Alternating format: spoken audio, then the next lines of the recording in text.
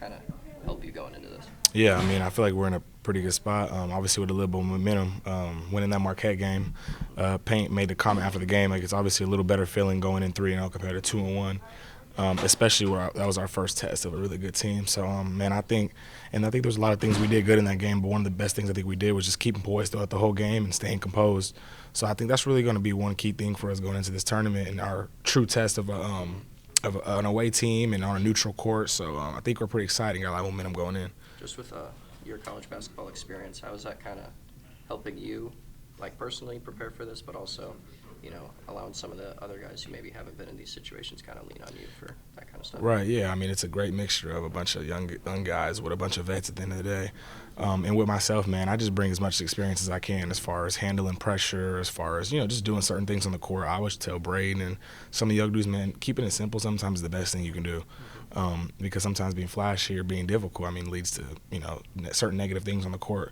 So I always preach that to him every day, and he's doing the young guys are all doing a great job of just handling pressure and being composed and staying poised throughout the whole game. And I think that's something that's going to help us, honestly, throughout the whole season. Fletch said that, he doesn't really feel any nerves going anything like this.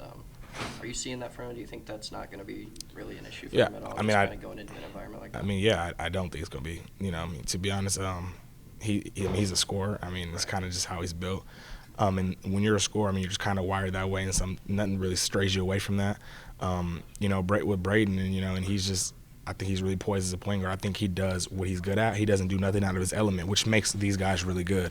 Sometimes when you come in and, being young, you try to do things that you're not, really good at, and then it throws your game off. I just think they all do their job.